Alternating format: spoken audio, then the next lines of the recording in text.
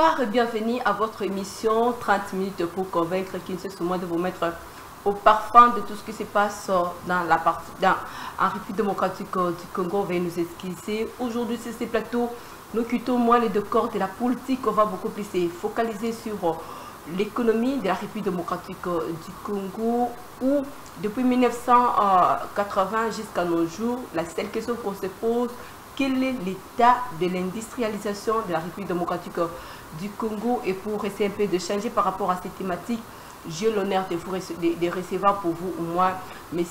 Jean-François, c'est juste un économiste industriel. C'est avec lui que nous allons juste échanger par rapport à cette thématique. Jean-François, bonsoir et bienvenue à cette émission.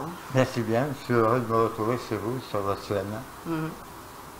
Merci beaucoup. On débute déjà directement avec notre thématique.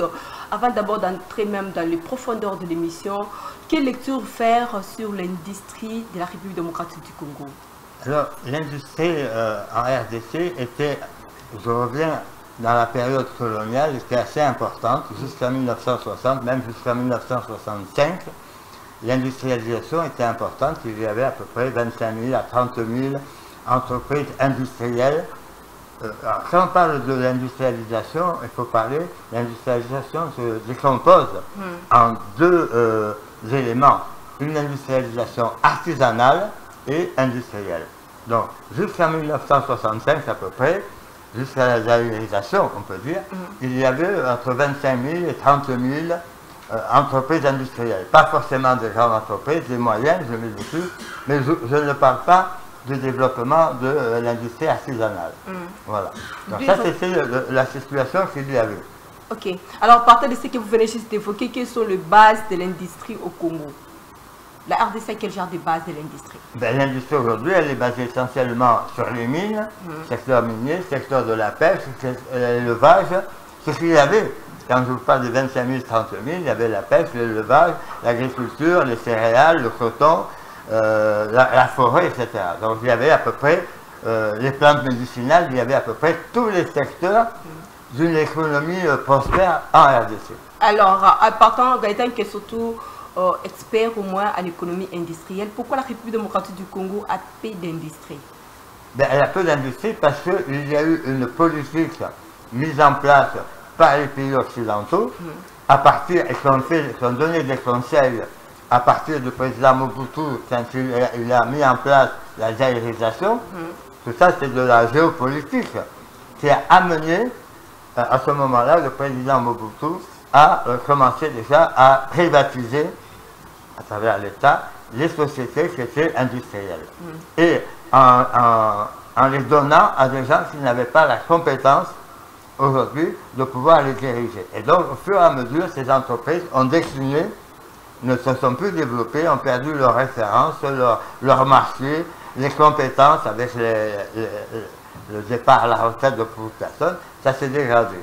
Est venu se mettre, en plus de la réalisation, des influences, j'allais dire, économiques de crise mondiale qui sont venues pénaliser de nouveau le peu qui restait en RDC, de l'activité industrielle.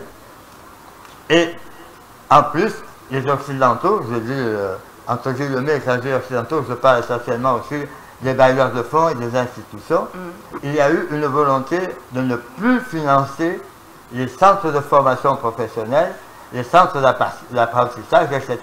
Et dans le cadre des sociétés du portefeuille, essentiellement, on a diminué de plus en plus l'activité de recherche. Pour quel motif?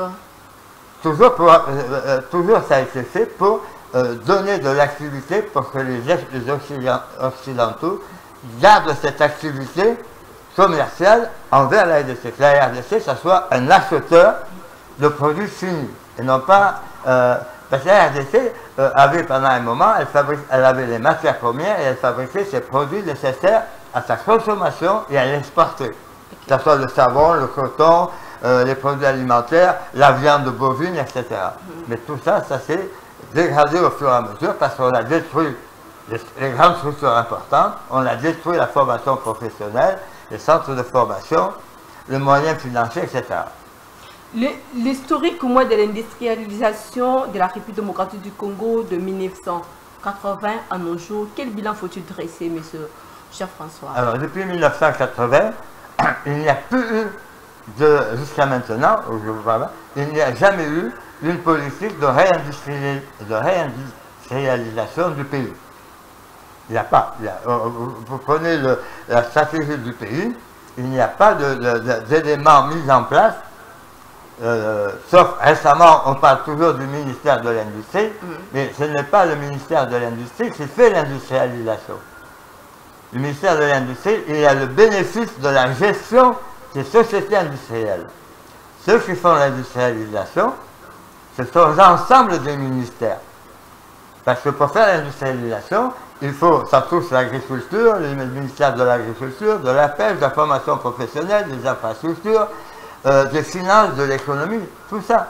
Donc, pour développer l'industrialisation, vous me posez la question de 1980 à maintenant, il n'y a pas de politique d'industrialisation parce qu'il n'y a pas de structure pour mettre en place l'industrialisation. Alors, il nous faut quoi au moins pour mettre toutes ces structures que vous venez juste d'évoquer ici, en République démocratique du Congo? Il y en a trois. Il y a trois formes de structures aujourd'hui.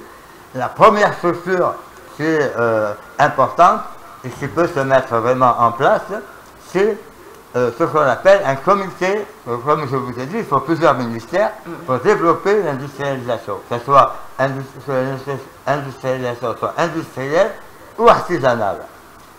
Je vous dis plusieurs ministères. Donc, lorsque vous parlez au moins de l'artisanat, là, vous faites allusion en quoi exactement? Pour faire comprendre au moins nos téléspectateurs que vous suivez en CELI. Justement, je vais vous répondre. Pour mettre en place l'industrialisation, la première chose, c'est que le gouvernement mette en place, ça c'est le gouvernement, un comité interministériel de développement de l'industrialisation qui va piloter les ministres, les différents ministres et le ministre essentiellement, ministre des PME de l'artisanat. Si vous me posez la question sur l'artisanat. Mais en vérité, l'artisanat aujourd'hui n'est pas dans le ministère des PME, l'artisanat. L'artisanat est dans l'informel et dans les ASBL. C'est aujourd'hui. Aujourd'hui, les artisans sont tous dans l'informel.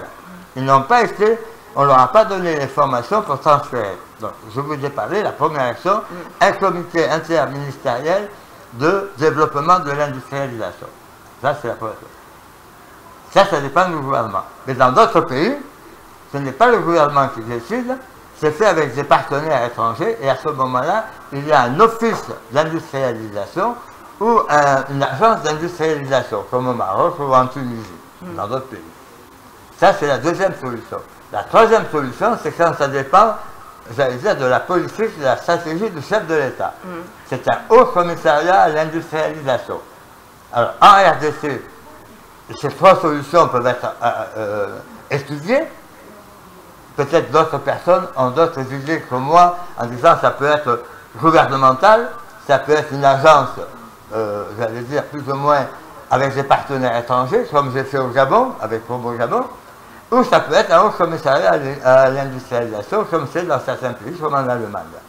Alors, la première solution, le gouvernement est tellement large en activité et avec des mouvances, je vais utiliser des mouvances différentes, ce n'est pas la bonne solution.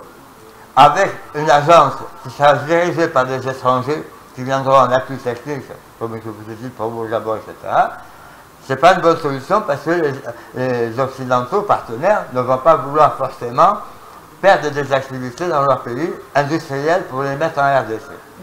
Donc c'est la troisième solution, c'est la création d'un haut commissariat à l'industrialisation, c'est-à-dire une structure attachée à la stratégie du chef de l'État. Alors, partant de tout ce que vous venez juste d'évoquer, la République démocratique du Congo dispose-t-elle une politique particulière par rapport à tout ce que vous venez juste d'évoquer ici, partant de vos trois propositions que vous venez juste de soulever en CD?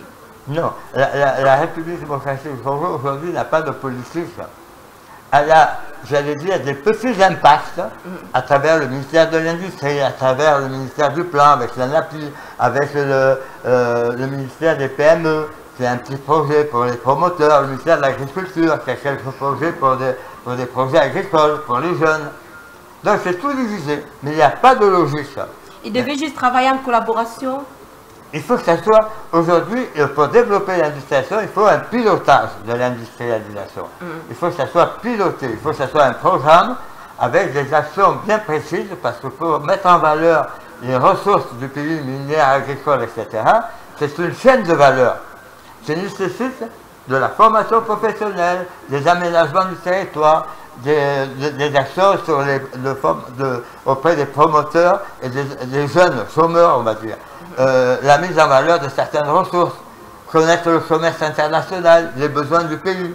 Voilà. C'est ça qui empêche, moi, la République démocratique du Congo de ne pas pouvoir décoller par tant de ces secteurs-là. Ben, on ne décolle pas parce qu'il n'y a pas de stratégie d'industrialisation. Alors, il nous faut quoi comme étant stratégie? Vous êtes au moins expert à l'économie industrielle. Qu'est-ce que préconisez-vous, moi, à la République démocratique du Congo pour faire face à tout ce que vous venez juste d'évoquer? C'est ce que je viens de vous dire. Il faut créer un haut, c'est ma version à moi. C'est pas forcément la meilleure solution, il y en a d'autres. C'est de mettre en place un haut commissariat à l'industrialisation qui va piloter les différents ministères, les organismes, les institutions internationales. Parce qu'aujourd'hui, les institutions internationales favorisent le plus l'entrepreneuriat, où je suis contre, parce que le Congo n'a pas besoin d'entrepreneuriat. Vous êtes une petite structure, vous êtes déjà des entrepreneurs. Donc aujourd'hui, l'entrepreneuriat qui a été développé depuis 20 ans par les institutions internationales, c'est plus de 250 000 artisans. Mais ils sont dans l'informel. Et ça, c'est fait par la stratégie des institutions internationales qui ont favorisé l'industrialisation, entre guillemets, informelle, artisanale informelle, qui ne permet pas d'amener des ressources au pays, ni de recettes fiscales, ni sociales, rien du tout. Donc ça permet, l'entrepreneuriat permet de laisser le pays dans un état de laxisme complètement. Ça permet de faire, les gens vont végéter dans des projets, mais ça ne développe pas le pays. Croyez-vous que la République démocratique du Congo souffre de la promotion de l'industrie? Non, il n'y a pas de promotion de l'industrie en RDC aujourd'hui. Il y a quelques ministres qui ont quelques idées de faire des projets, mais on voit bien, vous avez mis en place les zones, j'allais dire, industrielles, ces zones franches, plus ou moins proches, etc. Mais qui est venu s'installer dessus? Personne. Alors, partant de ce que juste vous venez d'évoquer, comment promouvoir au moins l'industrialisation de la République démocratique du Congo actuellement? Alors, création des hauts commissariats à l'industrialisation et maintenant sensibiliser les jeunes et moins jeunes, à être des promoteurs ou des entrepreneurs, à devenir des chefs d'entreprise. Mais il faut leur expliquer ce qui se faisait avant 1960, la production de coton, production alimentaire, les champignons, les huiles de fruits, le savon, etc. Il faut leur expliquer les richesses du pays. Et comment ces richesses-là, on peut les transformer. Par exemple, à RDC, il n'y a pas de... Vous avez les fruits, vous avez de l'eau, vous avez la canne à sucre. Il n'y a pas un fabricant de bonbons. Je donne un exemple. Il n'y a pas un fabricant de bonbons. On importe tout. Il y a eu des volontés sans arrêt d'importer les produits.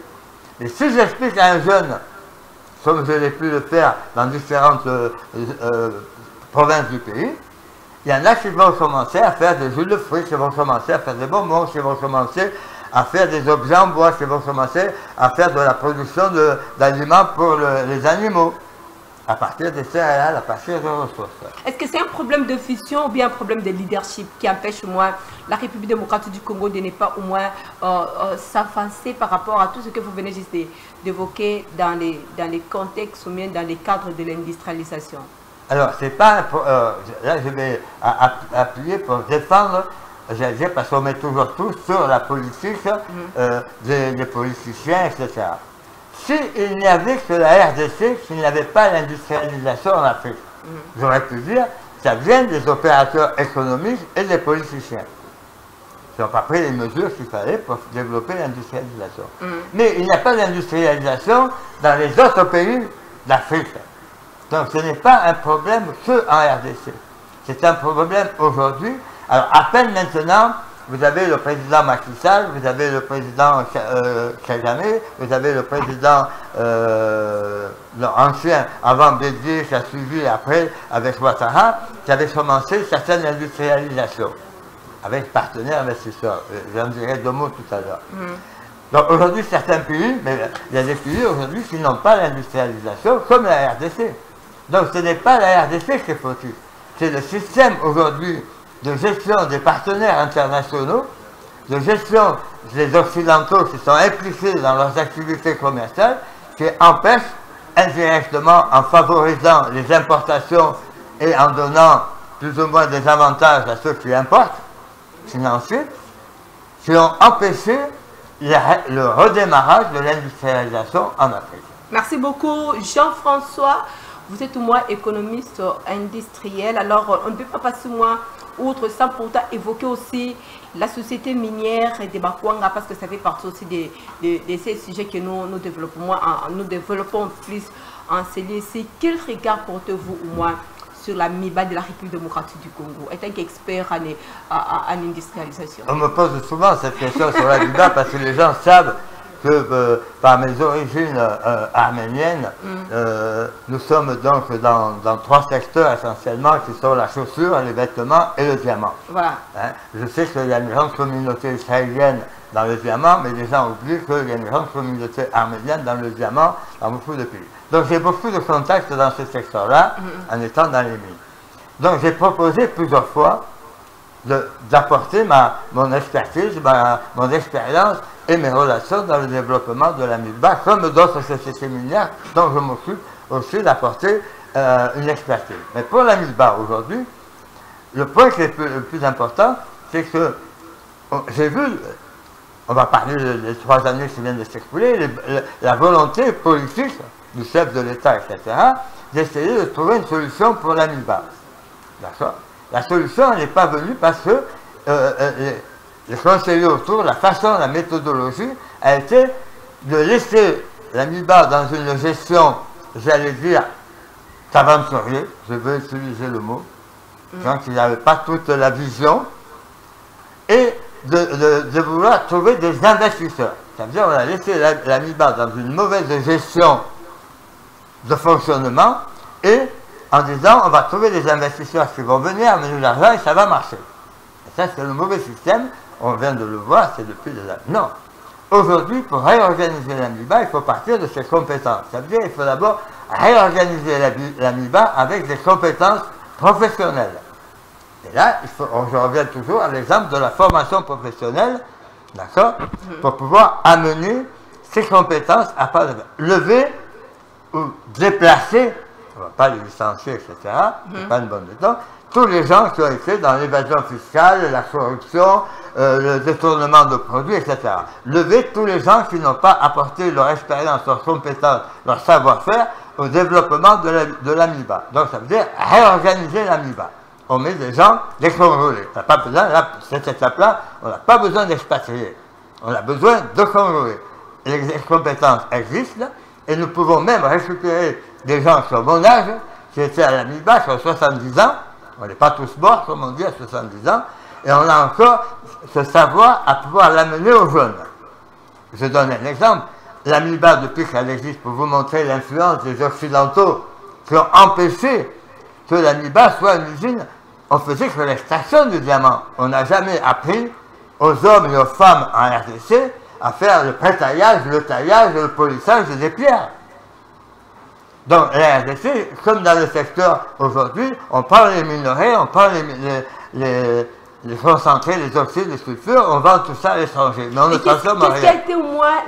Qu'est-ce qui a été à la base de tout ça pour qu'on ne puisse pas au moins apprendre aux Congolais de pouvoir apprendre de leur propre au moins société qui se trouve dans leur pays? Pourquoi les Occidentaux ont fait ça? Mais justement, c'est pour pouvoir eux garder le bénéfice et la plus-value qu'ils font sur la transformation des produits, des ressources de la RDC qui sont transformées à l'étranger et qui génèrent de... Je vous donne un exemple. Aujourd'hui, vous avez le coltan, même pas, je vais prendre le coltan, je prends l'exemple du coltan, qui est aux alentours de 65 ou 70 $ le kilo payé au creuseur. Mais le tantal qui est dans le coltan, qui est maintenant vendu, qui part de la RDC, le Rwanda, qui va à Dubaï, qui va en Malaisie, en Chine pour aller en Allemagne, quand il arrive en Allemagne, on vend le tantal aujourd'hui à 470 $ le kilo. 470 000 $ la tonne. Juste pour vous penser. Donc, toutes les marges sont faites, pas par les facteurs le creuseur, l'extracteur à RDC se fait par des intermédiaires tout au long d'une chaîne de transformation. Mais je revenais maintenant à votre question sur la MIBA. Je dis la première chose, c'est de réorganiser l'entreprise avec des compétences. En RDC, vous avez des compétences. Il y en a encore. Sachez aussi que vous avez perdu ces compétences. Vous allez en Afrique du Sud, vous allez au Canada, vous allez en Australie, vous allez en Arménie, vous allez au Kazakhstan. Vous avez les ingénieurs qui ont été formés dans les mines en RDC, se sont expatriés, sont partis travailler là où il y a l'industrialisation et la transformation des matières premières. Ils ne sont pas en RDC. D'après les chiffres, depuis 1960 à aujourd'hui, vous avez perdu 20 millions de cadres de l'industrialisation.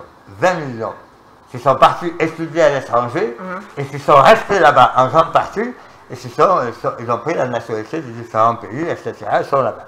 Mais ce sont des Congolais aujourd'hui. Voilà. Donc, première étape, réorganisation. Quand on l'a réorganisé, on ne va pas encore chercher les investisseurs. On va chercher des partenaires pour amener des compétences commerciales, financières, techniques, logistiques, de laboratoire, de recherche, etc. Ça, c'est les partenaires qui vont venir restructurer la société. Et ça ne s'adresse pas que à la MIBA, ça s'adresse, ce que je vous dis, ça s'adresse à toutes les sociétés de portefeuille qui appartiennent à l'État, qui sont maintenant en société commerciale classique dans le cadre WADA, mais dans lequel l'actionnaire principal est l'État. Je ne sais pas toujours ce que fait Copyright pour essayer d'améliorer la situation de toutes ces sociétés de portefeuille. Moi, je vous dis, réorganisation et on va chercher des partenaires. Et quand vous avez mis les partenaires qui sont rentrés au capital, donc on a fait une restructuration, à ce moment-là, on peut finir les études et maintenant aller chercher des investisseurs qui vont avoir confiance d'amener de l'argent, parce que l'investisseur, lui, il amène de l'argent, il veut des bénéfices. Et s'il va ramener de l'argent, aujourd'hui, pour faire développer l'entreprise, et s'il va récupérer ses intérêts. Mais il sait qu'il y a des bons Congolais à la gestion, il n'y a pas de gens qui vont détourner l'argent ou faire des fausses donc, de votre côté, vous suggérez qu'à la tête, à la gestion au moins de la MIBA, qu'on puisse au moins mettre les Congolais et non les expatriés. À la réorganisation, qu'on mette des compétences congolaises. Et on les forme pour cela. Parce qu'ils ne sont pas formés. Il n'y a pas de système aujourd'hui pour former ce que j'appelle toujours les licences professionnelles qui vont permettre de développer, de réorganiser la MIBA, comme notre secteur industriel. Après, les partenaires, eux, ils viennent, comme c'est fait dans le cadre de KCC. Vous avez une structure congolaise, avec des expatriés bien sûr, on aurait pu mettre des Congolais, et après on a été chercher des partenaires à Hong Kong, en Chine. Où se trouvent les risques, Jean-François, si on mettait juste un expatrié à la tête de la gestion de la MIBA, par rapport à son expérience? Moi je suis contre. Je dis qu'aujourd'hui à la MIBA, il faut former des gens. Je suis là pour, il y a d'autres qui sont capables de le faire. On forme des gens du conseil d'administration, parce qu'on fait les conseils d'administration, mais les gens n'ont pas la formation industrielle pour gérer la MIBA. Ce sont des politiciens, c'est du relationnel, etc. C'est pas grave. Moi, j'ai été conseiller à des présidents de conseil d'administration. J'ai apporté un savoir, une compétence, ils sont des bons présidents de conseil d'administration, il y a des bons administrateurs, il faut les former. Moi, je suis par contre aujourd'hui, comme disait le président Bongo, Omar Bongo, il disait, mon devoir pour calmer le pays, c'est de mettre des ministres, des présidents du conseil d'administration en fonction des affinités ethniques, politiques, religieuses, etc. Mais j'ai un devoir, c'est de leur mettre des conseillers pour bien les former. Donc aujourd'hui, il faut nommer des conseils d'administration congolais. Aujourd'hui, la MIBA est partie. Réorganiser l'entreprise avec des Congolais. On verra après qu'est-ce qu'on a besoin, qu'est-ce qu'il y a comme manquement pour qu'on aille chercher des partenaires. Chercher des partenaires. Aujourd'hui, la MIBA, au moins, est par terre. Vraiment, c'est par terre, s'il faut le dire ainsi. Vous croyez au moins à la renaissance de cette société, mais il y a certaines personnes aussi qui se posent des questions.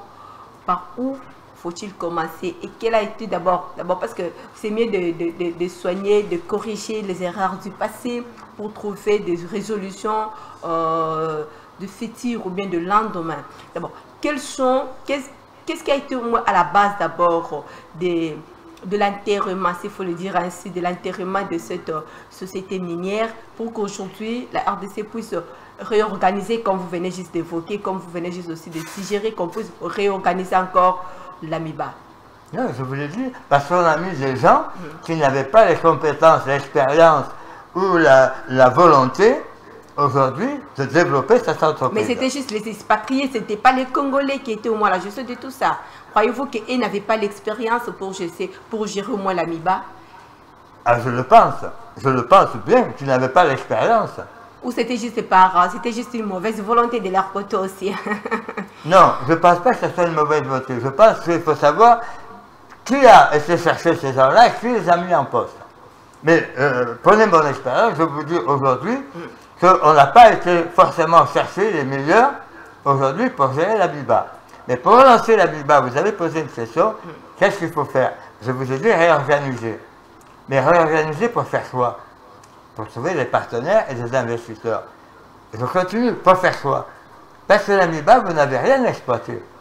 C'est la gestion des gens qui étaient là aujourd'hui qui ont eu un laxisme complet, même expatrié, de laisser faire, parce que ça avait été mis en parallèle, qui ont fait n'importe quoi.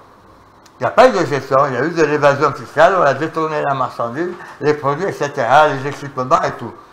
Mais l'AMIBA aujourd'hui, quand je dis qu'on peut la relancer, c'est parce que sa richesse n'a pas été exploitée. Si l'AMIBA n'avait plus de ressources minières, j'aurais dit, c'est fini, la société est morte. Mais l'AMIBA aujourd'hui, malgré qu'il y a eu des problèmes de discussion avec le ministère du portefeuille, on a voulu reprendre les titres, donnons les titres à l'AMIBA. Mais l'extraction minière à l'AMIBA n'a même pas représenté aujourd'hui 1/5 de sa richesse. On a fait une exploitation de 0 à 220 mètres de profondeur. Mais la richesse de l'AMIBA, elle est jusqu'à 800-900 mètres de profondeur. Donc l'AMIBA aujourd'hui, réorganisée, restructurée avec des partenaires qui connaissent la mine souterraine, comme on l'a actuellement chez Chamois, comme on l'a chez Chico, comme on l'a chez Alphamine, comme on l'a chez Chibaldigol. Le développement du pays en industrialisation, c'est l'industrie minière souterraine. Et là, on n'a rien fait. La RDC devrait avoir, dans son étendue, dans les différents métaux qu'elle a dans le sol, elle devrait avoir au moins une trentaine de mines souterraines. Voilà aujourd'hui où il faut amener l'AMIBA. Il faut l'amener à avoir cette stratégie industrielle, ces étapes, pour faire de l'extraction minière souterraine. Merci beaucoup. Nous sommes arrivés à la fin de cette émission. Que préconisez-vous, votre appel, votre message de sensibilisation aux autorités, aux Congolais qui vous suivent en Syrie? Alors moi j'ai deux grands points importants.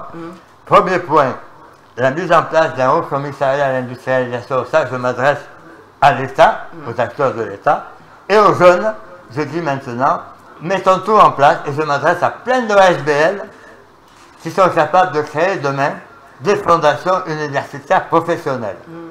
La France, depuis des années, a relancé son industrialisation, même si on dit qu'elle est partie à l'étranger, d'accord, parce qu'on a mis en place des formations universitaires professionnelles qui forment les gens à des métiers et à des professions. C'est ça que la RDC a besoin. Pour faire son développement de l'industrialisation, soit artisanale ou industrielle, on a besoin de former, que les jeunes se forment. Ils peuvent se former. Il y a des fondations universitaires privées ou des centres, des instituts privés au Sénégal, en Côte d'Ivoire, je vous l'ai dit tout à l'heure. Eux, ils ont commencé à mettre des actions en place. Faisons la même chose aujourd'hui. D'abord, volonté d'industrialisation, objectif de l'État, au commissariat à l'industrialisation, c'est la solution que je préconise. Deuxièmement, mettre en place au ministère de la formation professionnelle tout un programme avec l'aide des acteurs qui voudront le faire, parce que c'est pas sûr que les Occidentaux voudront impérativement développer la formation professionnelle universitaire en RDC, parce qu'ils en ont besoin pour eux. Et si on met ça en place, vous allez voir que les jeunes sont capables demain de faire venir, de restructurer les entreprises, de faire venir les partenaires et les investisseurs bientôt. Merci beaucoup, Jean-François, expert au moins en économie, un économiste industriel. Nous vous disons merci d'être là ce soir. Je vous remercie et j'espère que votre émission va toucher une grande partie des décideurs, mais surtout des jeunes, parce que ce pays a des potentialités dans tous les domaines de la transformation, je le répète, agricole, mine, plantes médicinales, le bois, vous avez tout. Vraiment. Donc c'est des centaines d'entreprises que vous pouvez créer. Merci beaucoup, c'est infiniment pour ce soir. Nous vous disons merci de nous avoir suivis. Suivez la rediffusion de cette émission le dimanche à 19h. Bonne suite de programme sur nos antennes. Aurait le plaisir d'avoir encore un nouveau numéro prochainement. Au revoir.